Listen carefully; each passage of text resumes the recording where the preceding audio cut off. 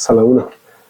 نن ویډیو کې موږ د eBay اکاونټ چې کله خلاص کړو، موږ ته کله اډر راغلی نو هغې اډر به موږ څنګه فلفل کوو، لیبل به ورته اخلو. ټول اول چې ته eBay خلاص کړې او خپل اکاونټ پکې لاګین کړې نو ګوره دلته به ښکاري دوه اډره دي او دلته چې نوټیفیکیشن بیل باندې موس کېږدي دوه اډره دي دلته درته ښکاري پیډ او پوسټ. نو مطلب پیسې ورکړي دي، اوس د اډر پوسټ کړه او که هلته نه ګورې یا ښکاره نه شو بیا به دلته مای eBay باندې موس کېږدي او لاندې به راشي دا سیلینګ ته. سیلینګ باندې چې کلیک کړه دلته وګوره ویټینګ ډسپیچ چې دي دوه دانې دي، په دې باندې کلیک کړه نو دا درې طریقې دي، دې باندې دا دوه اډره به موږ ډسپیچ کوو. نو کسټمر ډیټیل که غواړې دلته به رایټ کلیک کړي، دا به خلاص وي چې په دې کلیک کړي هلته به کسټمر ډیټیل درته ښکاره شي، که نمبر یا اډرس غواړې کوم بل پلیټفارم باندې لګې او که ډایرکټ لګې لیبل ورته اخلی ګیټ پوسټیج لیبل باندې به کلیک کړي.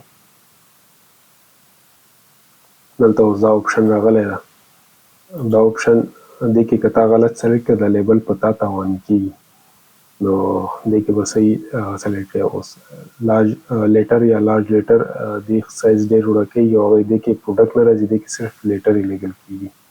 نو غلطۍ نه دا وانه اخلئ، که دا هم چېرته واخیسته نو دا پوسټ کې درته نه لیږي، واپس کې درته وایي چې صحیح لیبل ورته واخله. نو دې کې موږ ته کوم مناسب ده، نارمل که پروډکټ وي زیاتره 2 کیلو پورې پروډکټ په دې کې راځي اسمال پارسل کې.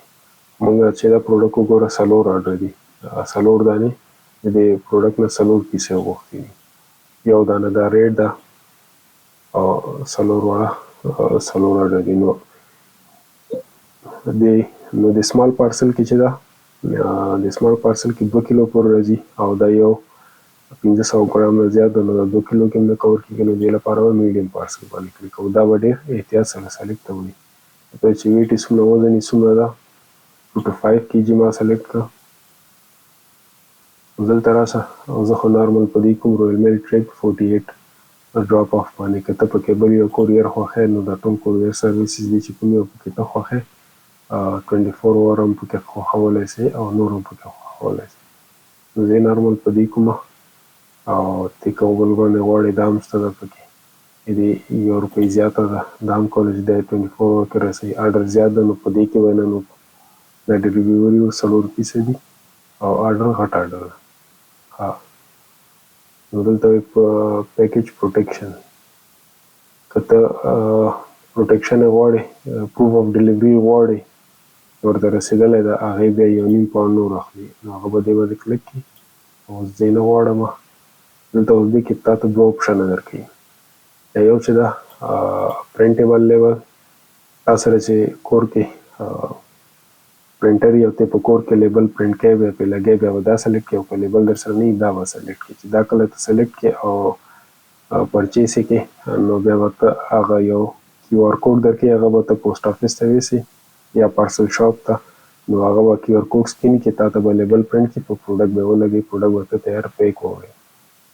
خو ما سره پرنټ شته ده، په دې به کلیک کړم، ما ته چې پیسې دا د شپینګ ډیلیوري چارجز سول نو eBay فنډ نه واخلو، ما پیسې ورسره پرتې کوم سیل چې کېږي که پیپال باندې ورکوي نو ما ویل چې هماغه فنډ نه کټ کړه.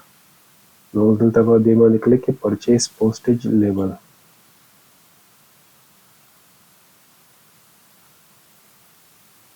نو دلته دا تا ته اوس لیبل اخلي، دا لیبل یې واخیسته، دا لیبل خلاص شو، نو به صرف دا به پرنټ کړي او دا به په پروډکټ چې پیک کړه او دا به په پروډکټ باندې ولګي او پوسټ آفیس ته به ورکړي، هغه به کسټمر ته خپله یوسي.